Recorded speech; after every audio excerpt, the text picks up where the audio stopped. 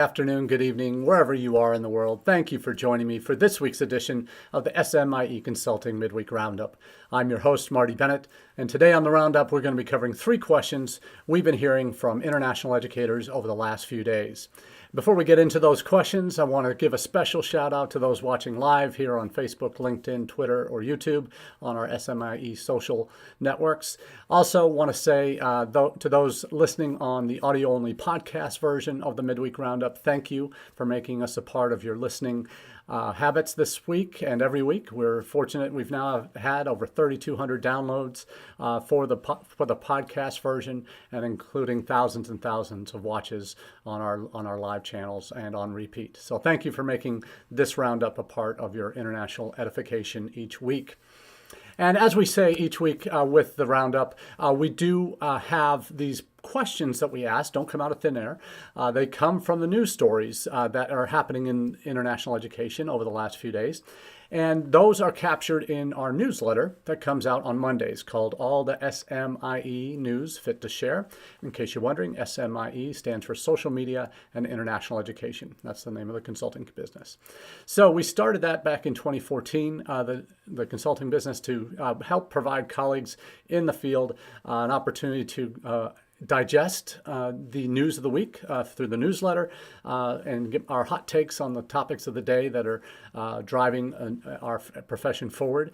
But also here on the Roundup, we go a little bit more in depth into 3 of those themes that we see developing in the newsletters each week, and cover those a little bit more in depth and give us some perspective on where all of these kind of pieces fit together in a larger strategic sense for international education in the United States. The newsletters can be subscribed to in a couple different ways, either on our website, smieconsulting.org/subscribe. Scroll down a bit, hit the subscribe button, enter your details. You'll get the email version in your inbox every Monday morning at 9 a.m. Eastern. And then there's also our LinkedIn version. And between the two, we now have over 1,700 subscribers to the newsletter, all the SMIE News Fit to Share, that are folks in the profession that are getting it each week and digesting it in a manageable fashion. It's about a 5-minute read typically each week, between 20 and 30 stories on social media topics that impact our field, webinars, AI, different social platforms that are coming up.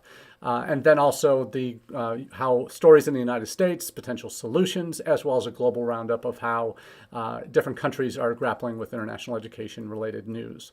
So all that's in the newsletter, so please do subscribe if you're not already. The links to both of those will be in the chat below. So let's get right into the questions of the week. And today we start with a question that is on campus, frankly, one of the stickier wickets that you have to navigate through your conversations with senior leadership, certainly, and that's your budget, your international budget. And the question is really, how do you prioritize your international budget? And our friends at INTED, who have been doing incredible work in the marketing and consulting business for international education space for a number of years now, their team has been growing substantially over the last few years. They put out regular weekly blogs on different topics related to international ed. So there's a most recent one from last week covers budgeting framework for student enrollment projects. And they highlight in particular this go round, what specifically on budget and how you allocate funds in whatever budget you do have. And the guiding light for this article is the statement that your budget is an expression of your values. And I think there's a lot of truth in that, because where you spend your money is where you prioritize your efforts, right? In terms of what you, as a senior international leader or an international admissions person that has control over budget, that's where you spend your resources on that which you think is most important. And like the Bible says, where your treasures are, that is where your heart is. And that's in terms of where your priorities are. And your budget is an expression of that. In terms of where you put your money is a reflection of what you think is most important.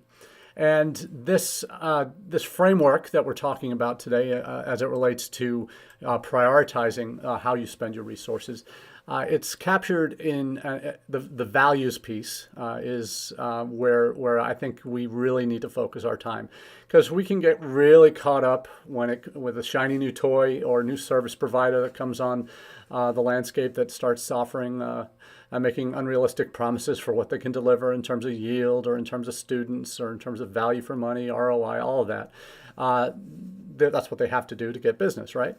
Been on that side of the fence before, working for service providers, and that's the overpromise, underdelivers, unfortunately, is kind of the nature of the beast in our industry. That's how a lot of international ed tech firms kind of rise and fall very quickly because they set the stall out very boldly in terms of what they think they can deliver on. They do that for their investors because, frankly, that's how they get the funding to do what they want to do. But more often than not, they fall short and end up having to contract or eliminate staff positions that they have filled in. But for institutions, we can often get distracted from the longer term goals, the bigger picture, the strategic vision either our institution has or your international unit has for what is really the driving force of what you do in terms of international enrollment, international education, and international admissions, whatever it might be. So the focus in terms of this is not on, when it comes to budget with this article, is focusing less on tactics and more on the strategic vision and how you allocate resources in that respect. They do spend a big piece of this article talking about Jill Blondin, a good friend who's at Virginia Commonwealth. She's the SIO there, IIE's Senior International Officer of the Year, as she just received that award at the AIEA conference last week. And she has a thriving team at VCU and a really robust campus buy-in for what they're doing with international education.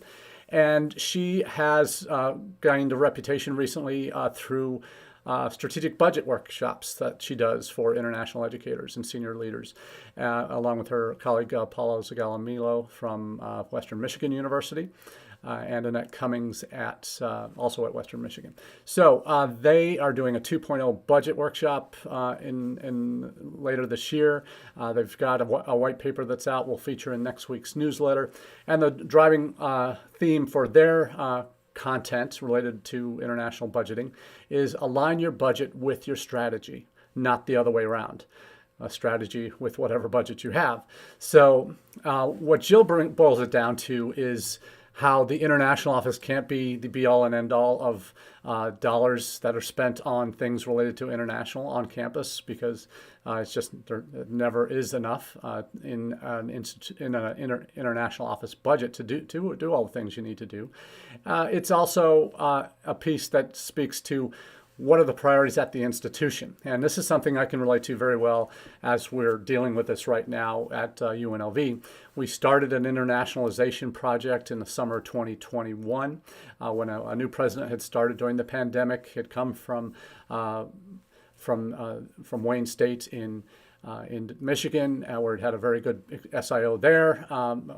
And now Ahmad Ezzedine, previous SIO of the year last year from IIE, and he wanted to replicate a lot of the success that he had internationally. He went on a lot of trips and all of that fun stuff. But when he came to UNLV, he made the decision that we need to internationalize, because we hadn't done anything as an institution to support and generate a strategy that supported our students from the initial prospect stage through to becoming successful alumni. We didn't have a robust study abroad initiatives in terms of encouraging more of our first-gen students. We're significantly a minority-serving campus, HSI, AAPISI, PISI, and all of these things that have real weight to who we are as an institution, supporting them as the diversity of our students, but also internationalizing our campus, encouraging more students to go abroad, and building more research partnerships with institutions abroad and other related projects on that front. So this is what it boils down to is, as Jill makes out in her way she talks about this, is that aligning budget with your strategy is what it really needs to be, and what it should boil down to is that you are trying to create institutionally a student-first experience, right? Where everything an institution does, not just the international office, but everything the institution does, supports the student success model, where it's not just about getting them in the front door, making sure they get their classes and get where they need to be, find out where everything is, and get maybe retained for the second semester. It's a full life cycle experience, right, that you're trying to build. And that's what truly strategic approaches to international enrollment especially have a lot to do with student-first experience, where it's not just the international office that has that responsibility, it's every office on campus. Because yes, every campus has a multicultural center or a DEI office now, or a veterans office, or advising for first-gen students, or pre-med students. Everybody has slightly different needs, and international students are certainly no exception to that. And at every office that they interact with throughout their time on campus has to be aware of what those needs are, and that what restrictions they might have legally in terms of what they can and can't do in terms of employment during their stay, in terms of what they can do at the end of their time as a student before they graduate, all the OPT implications in STEM and all of these other things. There are restrictions on what they can and can't do, and that's something that campus-wide needs to be prioritized to be truly student-centered or student-first experiences. And budget speaks a lot to how you are spending your money doing that. On the enrollment side, it's okay, don't just buy all the new toys because they think that's going to solve your problems in terms of enrollment. If it's a conversion issue, maybe it requires you to have more of your current students being engaged with your future students throughout their prospective student stage before they arrive on campus. It's spending the money on the services you need on the back end for once they get to campus. That really says a lot about where you are prioritizing the services you do provide in terms of orientation. Are you doing airport pickups? Are you making sure you have temporary housing for them? What are you doing about food before the university residence hall food cafeterias kick in for that? All of these things are where you're spending your money shows you where your priorities are. So great article from INTED that kind of covers that, and they have a downloadable 3 essential budget questions, a framework for planning that you can download, and I'll drop that link to the article in the chat as well. So that's the first question of the day. Now the second is kind of a summary of what's happening with migration strategies and changes to government policies in 3 key markets, primarily Canada, Australia, and the UK. All 3 of them have had very significant changes to government policy as it affects new students coming into the country. You've seen in the UK with their dependent student study ban, where previously dependents of students in master's degree programs or even undergraduate programs could bring their family members with them if they had prove that they had the funding for them. That has gone away as of the end of December. So now only PhD students, doctoral students that are coming in can bring dependents with. So that has cut out in two of the UK's primary markets, India and Nigeria, where the majority of dependents that had been coming previously are now no longer able to. You're already starting to see a drop-off in numbers coming from those 2 countries for master's level study. So this is something that is quite significant and will have a long-term implication in terms of numbers coming to the UK, the damage done to the reputation of the UK as a destination. You still have significant housing issues in the UK as well, in terms of universities we talked about last week that were telling students if you don't have housing prearranged before you arrive, don't come, and even if you have your visa. So really challenging difficulties for students to overcome to even want to go to end up going to the UK. You have in Australia, you've seen issues now with the changes to the migration policies in terms of the vetting process for visas and who qualifies as a genuine student. That's a new thing that the Australian government has introduced, a genuine student test to weed out a lot of what they call 2-step migrants that come for either one of two ways: either come for university courses and within a semester they decide, no, I'm going, even though I was admitted for a doctoral program, I want to come and do a vocational program that's shorter, much less expensive, and I'll be done in a year and a half, 2 years max, and be able to work right away. That's kind of that first step, and then the next step they're already trying to take advantage of is a two-step process so that they can become residents in Australia. We've seen, as a result, the much stricter vetting on the visa side. We've seen visa approval rates drop dramatically from what used to be used to be 90% or higher, down to 80% or lower, and that nets out to about 90,000 fewer international students they're expecting this year as a result.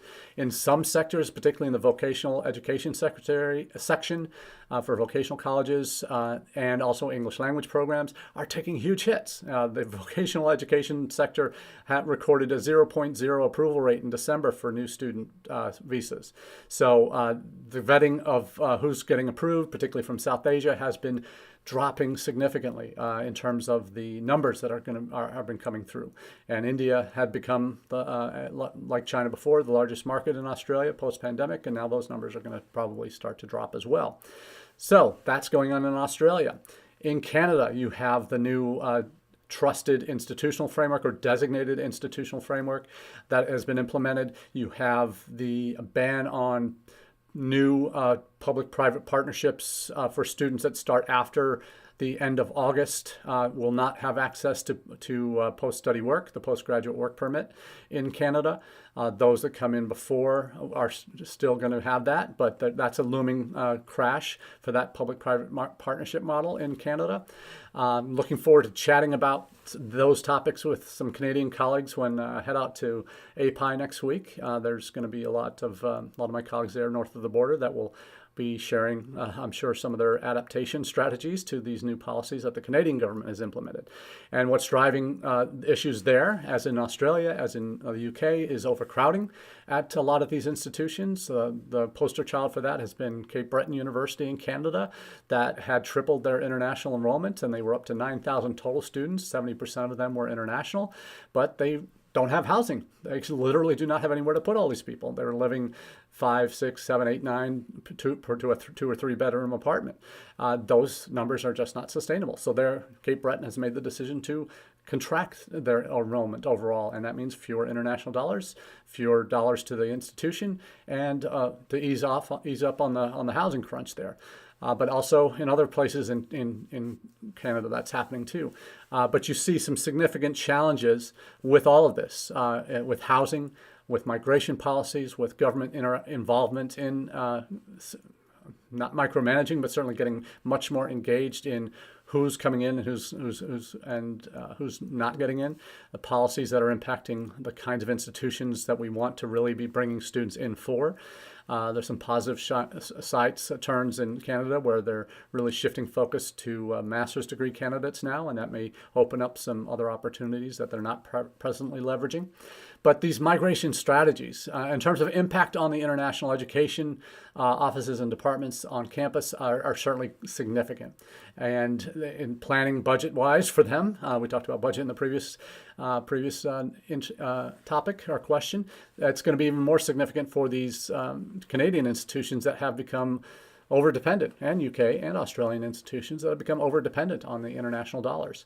As I've talked about before, in the US, we have a couple of competitive advantages. We have more capacity to enroll international students on our campuses. We're only at 5% international in the United States, whereas Canada, UK, Australia are 25% or higher, up to 30, 35%, 50% in some institutions, because there just aren't as many institutions in those countries, so they can't spread them around as much. So there's some real significant bandwidth challenges in terms of capacity for these other countries, in terms of their institutions, in terms of their housing, for enrolling many more international students. And you're going to see in all three of those countries, I think, over the next year or so, the numbers start to decline. We already know that there's an imposed cap for the next 2 years in Canada on new international student study permits that will be issued. So that's already going to be a negative for that country. UK, because of their dependent study ban and some of the other restrictions that they have, they're going to see a drop. Australia is going to see a drop. So the U.S. is sitting pretty right now, and knock on wood that things go well with the election in terms of the next president's or continued president and policies that will not negatively impacted the international ed profession in the United States. But we'll see. Nothing's for certain in this business, for sure, and can change with the start of a war, turn of an election, economic crisis. All of these things impact what we do in international ed. But these migration strategies and the approaches Canada, UK, and Australia have taken are certainly going to be backfiring, may present or preserve some short-term political benefits in terms of we can show the public that our numbers are coming down, that there's less housing crunch, there's less strain on national health services and all of these other things. But in the long run, for international educators in those countries, there's some really tough times ahead. So my heart goes out to all of you who are going to be struggling with those issues. Now let's shift gears and talk about our last question of the day. A little bit of a depressing one, and it's one that is not a new question. It's been asked a lot, but it's certainly getting more attention in the media lately, and certainly in Africa it is, and certainly Western outlets are starting to pick up on it. And the question is, are African students being cast aside by Western nations? And I don't think, certainly on the international education level, we're not certainly casting them aside, because we see them as huge potential resources and benefits for our campus by bringing in students from Africa that have a very different perspective that helps educate our domestic students in new and unique ways that they might not be currently exposed to. That their stories are as valuable, if not more so, in terms of how they are, how they have been able to even get to the point where they can consider coming to the United States with the economic consequences in their and damage done through currency crisis and wars and famines and disease and all of these things that impact them perhaps more so than other countries in the world.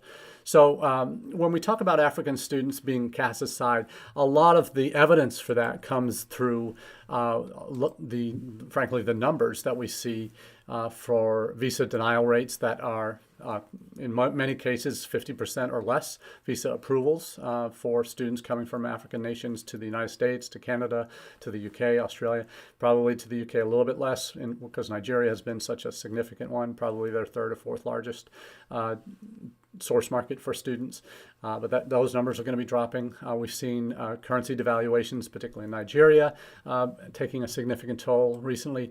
But visas always seem to be the real crux of the problem for African students who are looking to study in the West. And because of issues in the past of fraudulent documents, of visa overstays, of students who come and disappear, who come and plead poverty after showing that they had $50,000 a year to spend on their education, all of those things are not unusual stories that we hear on campus. I worked at an institution, my first institution, that we required from certain West African nations, we required a full semester's tuition deposit before we would issue an I-20. I don't know if they still do that, but those are the kinds of restrictions. And that was done because we'd had so many students who'd come previously who came without money, and then were those kind of poverty cases that we had to step in and support until they could either find funding through an assistantship as a graduate level or get a scholarship to help cover their costs, or someone in the community that could house them. All these things that happen, not just for African students, but others as well, but seem to be fairly unique to that population.